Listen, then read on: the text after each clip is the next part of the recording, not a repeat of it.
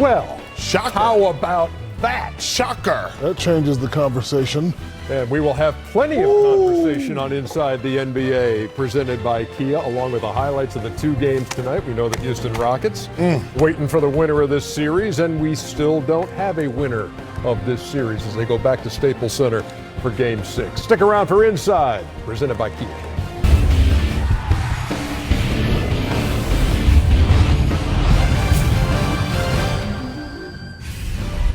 The Golden State Warriors, with a closeout game on their floor, cannot get it done. The Clippers 129-121, and we welcome you to Inside the NBA, presented by Kia. Ernie Johnson with Shaq and Kenny and Charles, and let's jump right into the highlights. Gallinari had 26, Williams had 33, Harrell had 24, Beverly 17 points and 14 rebounds. And the Clippers are still alive, 129-121. Here's Doc Rivers. After winning game 2, after winning this game like this, are you thinking why not be the 8 seed that tries to take down the 1 seed? Yeah, I mean, I don't want to get ahead of myself. I mean, they're up 3-2 still. But I just loved how we played. I really did. I thought, all we talked about is being us. Like, we really felt, and I told our guys, like, they've been them in the series. We have yet to put a game where we are us through the game. And I thought tonight was more like us throughout. We kept attacking, we kept running, we kept spreading the floor, moving the ball. Pat Beverly, the grit he showed with the rebounds, the tough rebounds. Gal, I mean, that was us. That was our team today. And so that was great to see. You said this changes the conversation. In what way?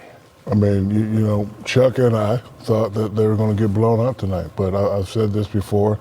Sometimes when you're a good team and you rely on the switch, sometimes when you flick the switch, it doesn't work. And tonight for Golden State, it didn't work. I like Lou Williams because a lot of people don't understand the mind of a prolific scorer. If you have a bad game, next game you're coming out blazing. He played well the other game, but he only had 12 points. We, as prolific scorers, that's against our religion to get 12 points. So I knew he was coming out. That's why I picked him in the auto trader game, and he played great. Well, it's interesting. Lou Williams, this is the first good game he's had since game 1. He didn't play well the last 3 games. And game 2. It was game 2. He had 36. Maybe when they had the big comeback. Yeah, I'm sorry. That was game 2. You're right. Yeah, 25 in the opener, 36 in game 2. But tonight he dominated. But you take your head off to Gallinari, Patrick Beverly, Green, Harrell. Everybody played top to bottom on that roster. roster. But this Warriors team, they gave up 71 points the first half. To me, they were going through the motions and thought they could turn it on.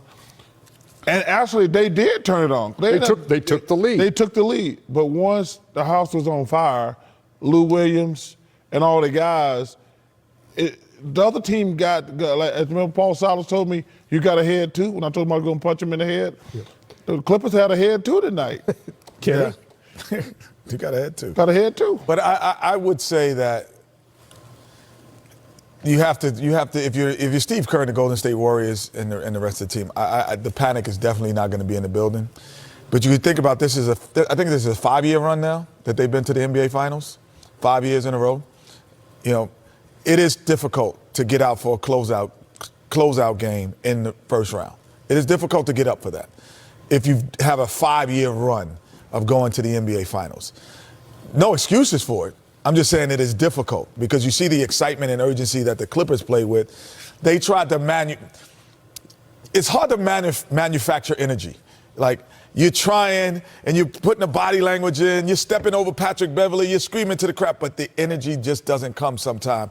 And and Shaq would attest to this as well. That's the tough part about going back to back. That's the tough part about going 3 in a row is it isn't the fact that you are not good enough, it's are you mentally fatigued at times when everyone else is up. That's the difference, and that's what I saw tonight.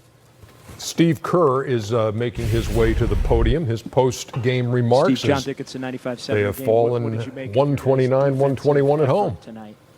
Not good.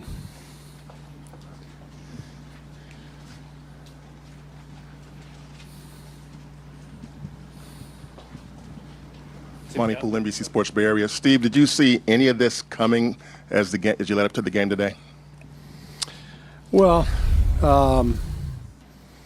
you know, it's been a year where, you know, things haven't gone exactly smoothly all the time. So I'm not surprised by anything. But I expected to come out and play better and to win the game. But it's the NBA playoffs. You know, this is a 7-game series, and you got to play. You got to defend, and with some urgency. And you know, we gave up 129 points on our home floor, and they shot 54%. And you know, we weren't right from the very beginning. 37 points we gave up in the first quarter.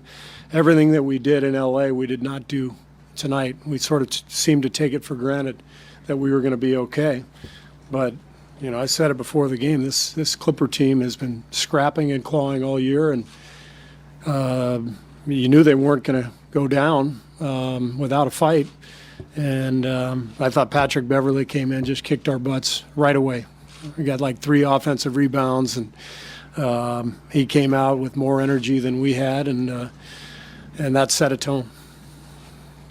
Tim Calicom, The Athletic. Steve, do you chalk this to focus, or was it something physical that maybe some of your guys just didn't feel it today? Usually, if it's focus for us, we have a lot of turnovers. We had 8 turnovers. We had 31 assists and 8 turnovers. So, you know, offensively, we obviously were fine. It's just defense. We just did not defend, and you know, the playoffs are all about defense. And you know, we had 2 great efforts down in LA. I just think we let our guard down. I just think I didn't have them ready to fight, obviously, because we didn't fight. 129-121. Was it Chuck or Shaq that said Clippers were getting killed tonight? Yeah, it was both of them. Marco, you're right. We were wrong. Yep. By the you way, want a cookie? By the way, Lou Williams off the bench for 30 in 2 games in the series. Last bench player to do that, Benny Johnson? Nick Van Exel. Nick Van Exel. Wow, that's a great. Had 3 with nice big Nick Van Exel. with Dallas in 2003. Yeah, Chuck eating his words after. No, he's just eating cookies. I'm just eating cookies. What, you want a cookie? Yeah, You want a cookie? When we come back, Houston looking for the gentleman's sweep at home against the Jazz.